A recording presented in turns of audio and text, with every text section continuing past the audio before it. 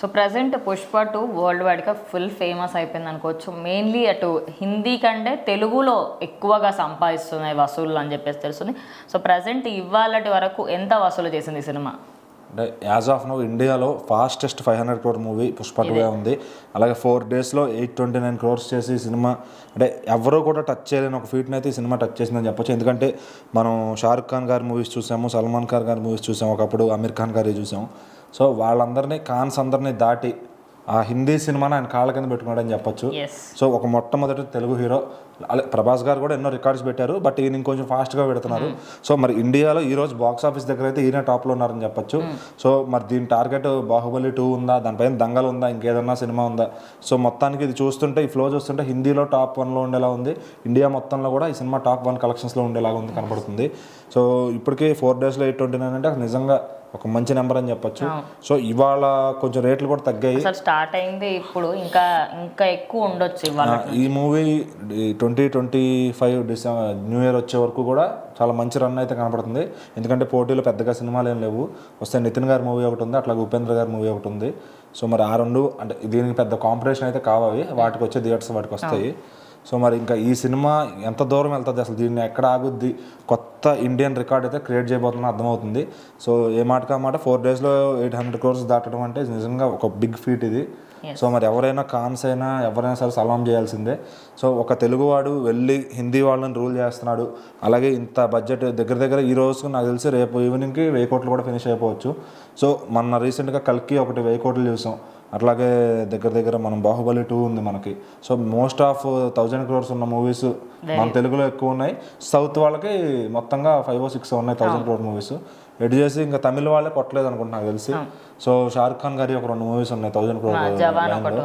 పఠాను, జవాను వరుసగా 2000 crores వచ్చినాయి. So Dangal ఒకటి 2000 crores ఉంది, అది ది హైయెస్ట్. ఇంకా దానికన్నా అంటే ఈ ఫ్లో చూస్తుంటే మన తెలుగు సినిమాల డామినేషన్ అయితే ఖచ్చితంగా ఇండియాలో కనబడుతుంది.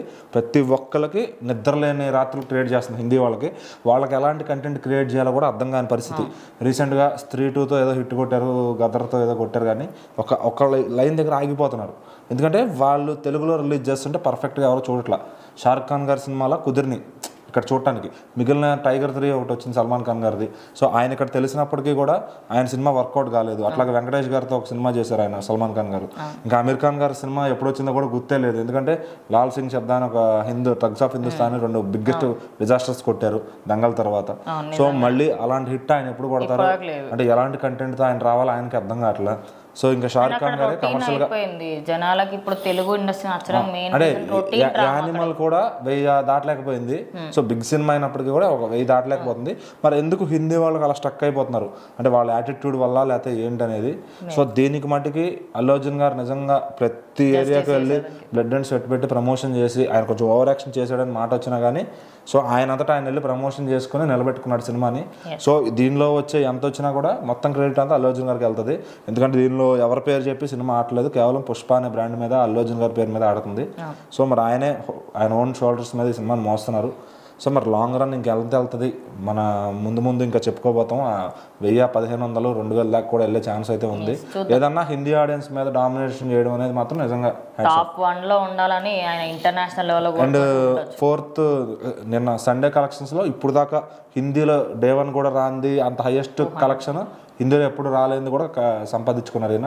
అంటే హిందీ ఆడియన్స్ ఈ సినిమాకి అంత అంటే లవ్ చూపిస్తున్నారు. మళ్ళీ ఈయన తర్వాత సినిమాకి అంత లవ్ ఉంటుందా లేదా హిందీ ఆడియన్స్ అని తెలియదు. పుష్ప క్యారెక్టర్ మాత్రం వాళ్ళ ఓన్ చేసుకున్నారు. ఎందుకంటే ఈ సినిమాలో హీరో ఉండే ఆ క్యారెక్టర్ ఏదైతే గుట్కా నవ్వలేదో ఆ మాస్ యాటిట్యూడ్కో వాళ్ళు కనెక్ట్ అయిపోయారు.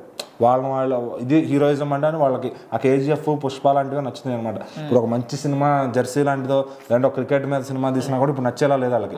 ఇట్లా ఇప్పుడు షారుఖ్ ఖాన్ గారు వాళ్ళు కూడా ఈ రూట్కి వచ్చి ఇలాంటి ఒక మంచి అంటే ఈ లేకి క్యారెక్టర్లు వేస్తే తప్ప వాళ్ళకి నచ్చేలా లేదు. మరి అది వాళ్ళు అర్థం చేసుకుని వాళ్ళకి మరి డిఫరెంట్ తీస్తే బెటర్. హిందీ హీరోలో వాళ్ళ ఐడియాలజీ మార్చుకుని డౌన్ టు ఎర్త్ క్యారెక్టర్స్, ఎంత డాన్ లాగా కాకుండా డౌన్ టు ఎర్త్ ఎంత దిగజారు చేస్తే అంత మంచి యాక్టింగ్ అని ఫిక్స్ అవుతున్నారు. సో మరి వాళ్ళు ఎప్పుడు చేస్తారో చూడాలి.